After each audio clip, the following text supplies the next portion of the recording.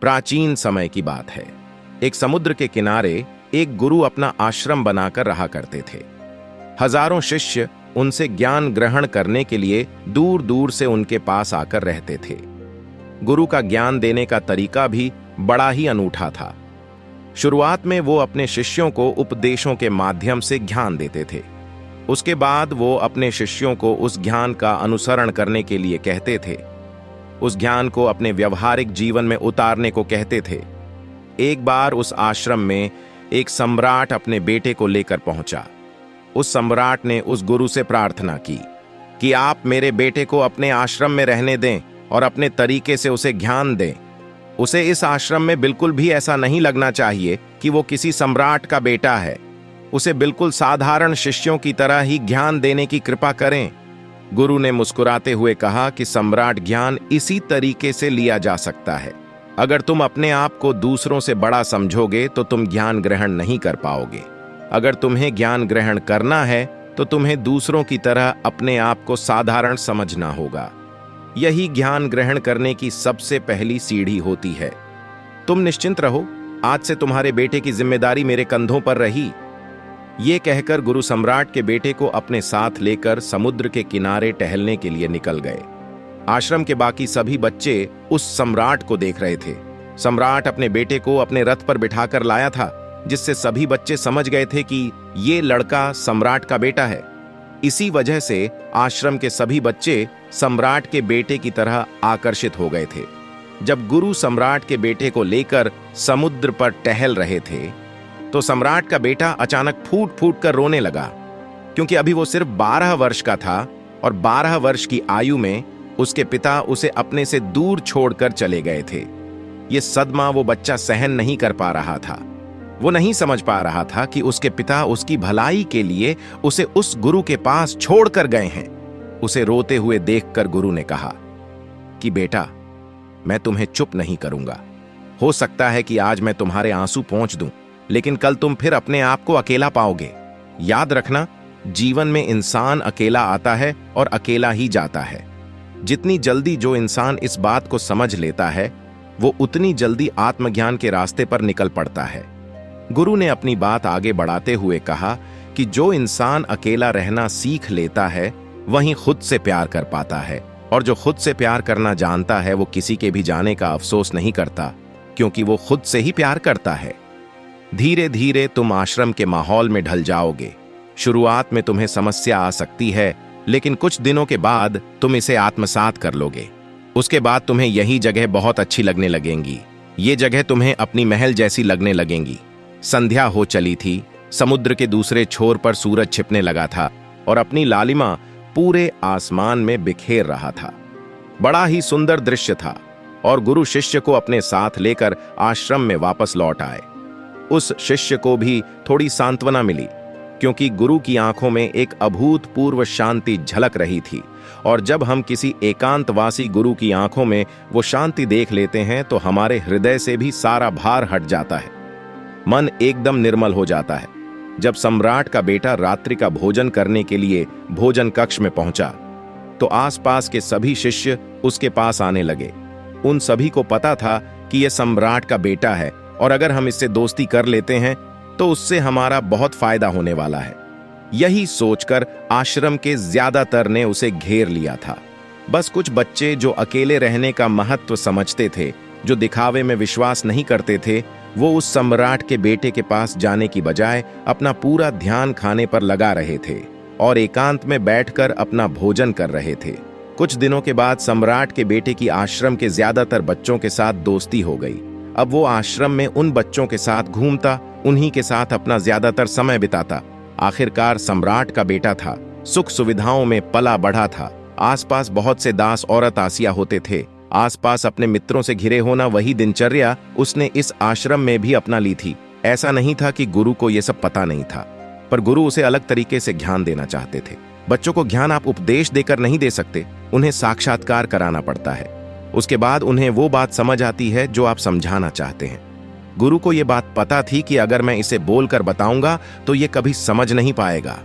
मुझे ऐसे दिखाना पड़ेगा, इसे एहसास कराना पड़ेगा कि अकेले रहने से ही तुम अपनी शक्तियों को जान पाओगे। ये सीख देने के लिए गुरु एक दिन उस शिष्य को अपने साथ एक पहाड़ी की चोटी पर ले गए। पहाड़ी पर पहुंचकर गुरु ने उसे शिष्य से कहा कि अब तुम्हारा ज्ञान पूरा हो चुका है, बस एक आखिरी रात तुम्हें यहां पर बितानी होगी। उसके बाद अगले दिन शाम को मैं तुम्हारे राजमहल में तुमको पहुंचा दूंगा।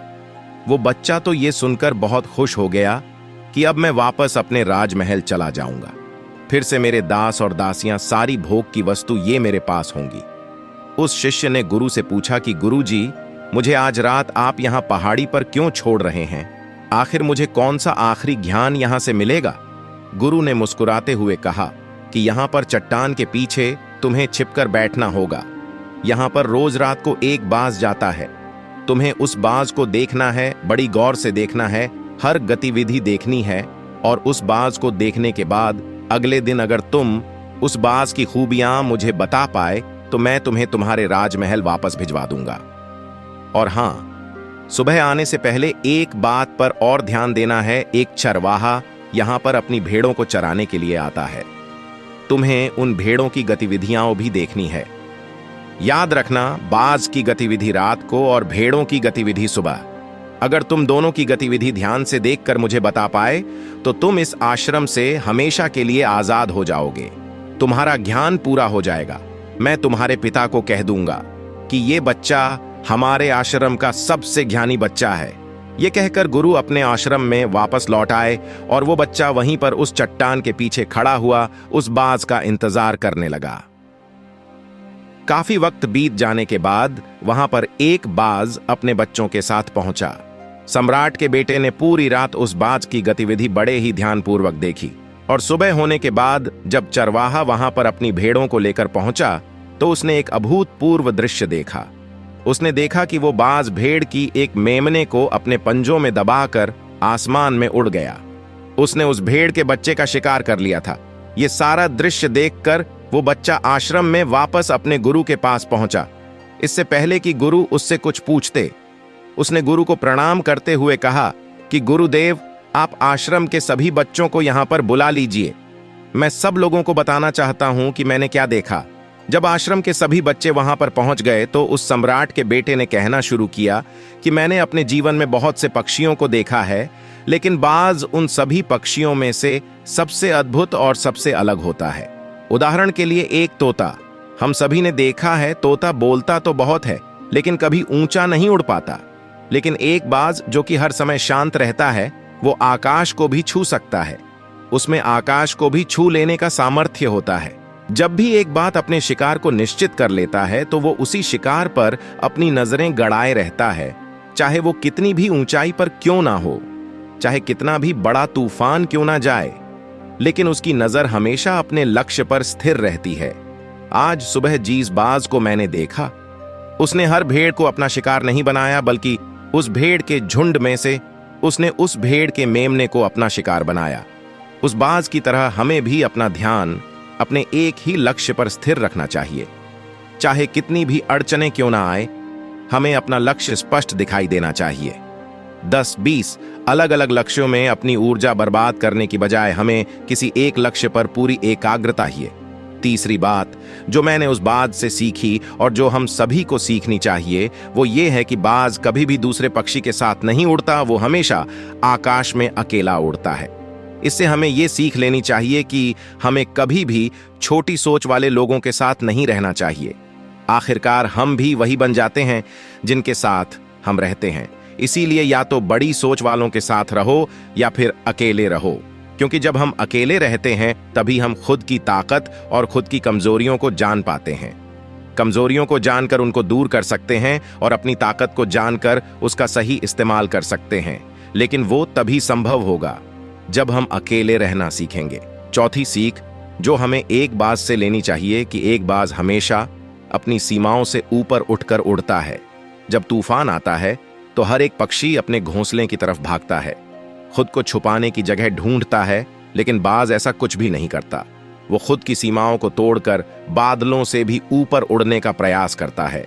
हवाएं उसे थपेड़े मारती हैं, पंख उसके बाहरी हो जाते हैं, पानी और धूल की वजह से उसे कुछ दिखाई नहीं देता, लेकिन वो फिर भी आसमान की तरफ उड़ता रहता है और अंततः बादलों से भी ऊपर निकल जाता है और वहां तब तक उड़ता रहता है जब तक मौसम ठीक नहीं हो जाता। अपनी सीमाओं को सिर्फ इसलिए तोड़ पाता है क्योंकि वो समस्या के आने पर उससे घबराता नहीं है, उसे डरकर बचने का प्रयास नहीं करता, बल्कि एक सकारात्मक नजरिए के साथ उसका सामना करता है। जीवन में चाहे कितनी भी अड़चनें क्यों ना आए, हमें उन अड़चनों से लड़ना चाहिए, ना कि उनसे डरकर कहीं छुप कर बैठना चाहिए। बहादुर तो वो लोग होते हैं जो तूफानों से टकरा जाते हैं। कायर तो अपने घर में, अपने घोंसले में अपनी जगह ढूंढ कर बैठ जाते हैं। पांचवी बात जो हम एक बाज से सीखनी चाहिए कि बाज कभी भी अपने घोंसले में घास के कोमल तिनके नहीं रखता। जो तिनके कोमल होते जाते हैं वो उन्हें निकालकर फेंकता रहता है। उसी तरह चाहे कितनी भी आरामदायक जिंदगी आपको मिली हो, लेकिन उस आराम से ऊपर उठकर अपने आलस्य को तोड़कर जीवन में मेहनत करते रहना चाहिए। जीवन में पसीना बहाना चाहिए, शारीरिक मेहनत करनी चाहिए। अपने घोंसले से कोमल तिनके उठाकर फेंक दो और आज ही अपने आलस्य को तोड़कर निकल पड़ो। हर दिन अपने आप को चुनौतियां दो, हर दिन मुश्किलों से लड़ो, क्योंकि वही मुश्किलें तुम्हें मजबूत बनाएंगी। जंगल के राजा शेर को भी झुंड बनाकर शिकार करते हुए देखा जा सकता है, लेकिन बाज हमेशा अकेला शिकार करता है, क्योंकि वो जानता है कि भीड़ हौसला तो देती है मगर साहस छीन लेती है। आदमी को हमेशा अकेले ही आगे बढ़ना होता है। यही कारण होता है कि वो जल, थल और नभ सभी जगहों पर अपने शिकार का परचम लहरा सकता है। बाज की उम्र लगभग 70 साल की होती है, लेकिन 40 साल में ही उसका शरीर बूढ़ा हो जाता है। नाखून उसके पैरों में ढंसने लगते हैं, पंख उसके शरीर में चिपक जाते हैं, उसकी चोंच मुड़ जाती है, उसका शरीर भारी हो जाता है। ऐसी स्थिति में शिकार करना तो क्या, उड़ने की भी हालत नहीं रहती उसकी। ऐसे में उसके पास सिर्फ 2 विकल्प होते हैं। पहला, या तो वह खुद की इस अवस्था को स्वीकार कर लें और भूखा प्यासा मर जाए या किसी दूसरे जानवर का शिकार बन जाए, और दूसरा विकल्प यह होता है कि वो 6 महीने एक बहुत ही दर्दनाक प्रक्रिया से गुजरे और खुद को फिर से पहले जैसा मजबूत बना ले। लेकिन बाज तो बाज है, वो दूसरा विकल्प चुनता है। इसके लिए वो खुद को एक बहुत ही ऊंचे पहाड़ पर ले जाता है, जहां वो पहले अपनी सोच से अपने सारे पंख खींच खींच कर उखाड़ देता है और फिर चट्टान पर पैर मार मार कर अपने पंजे तोड़ देता है। उसके बाद उसी चट्टान पर अपनी चोंच को पटक पटक कर तोड़ देता है और इस लहूलुहान अवस्था में खुद को दूसरे जानवरों से छुपाता फिरता है। अगले 6 महीने तक वो इसी दर्दनाक प्रक्रिया से गुजरता है और इंतजार करता है नए चोंच, नए पंख और नए पंचों का। तब फिर वो अपनी नई जिंदगी शुरू करता है और निकल पड़ता है अपने शिकार पर, और अगले 30 सालों तक फिर से राज करता है। इसीलिए समय आने पर हमें भी अपनी पुरानी आदतों को छोड़ना पड़ता है और कुछ नया सीखना पड़ता है। समय के साथ बदलना पड़ता है, अपने आप को तैयार करना पड़ता है, वरना हमारा भी शिकार हो सकता है, हम भी पीछे रह सकते हैं। इसके बाद सम्राट के बेटे ने भेड़ों की विशेषता बताते हुए कहा कि भेड़ हमेशा झुंड में चलती है। उन्हें झुंड में एक साथ चलने से हिम्मत मिलती है, लेकिन जैसे ही उन पर शिकार होता है वैसे ही वो भीड़ तितर बितर हो जाती है और उस पूरी भीड़ में से एक भी भेड़ अपने साथी की मदद करने के लिए वापस नहीं लौटती। इससे हमें यह सीख मिलती है कि हमारे साथ कितने भी लोग खड़े हो, किसी पर भी यकीन नहीं करना। यकीन करना तो खुद पर करना, क्योंकि बुरा समय आने पर वो भीड़ कब तितर बितर हो जाएगी आपको पता ही नहीं चलेगा। गुरु को प्रणाम करते हुए सम्राट के बेटे ने अपने गुरु से कहा कि गुरुदेव, अगर मुझसे कोई सीख रह गई हो तो कृपया करके आप बताने की कृपा करें। गुरु ने सभी बच्चों को संबोधित करते हुए कहा कि ये सभी बातें जो अभी इस बच्चे ने बताई है सब सही है, लेकिन ये सारी खूबियां आप लोगों में तभी पैदा हो पाएगी जब आप अकेले रहने का अभ्यास करेंगे। आपने देखा होगा कि बाज कभी भी किसी दूसरे पक्षी के साथ नहीं रहता, ना ही किसी के साथ अपनी जोड़ी बनाता।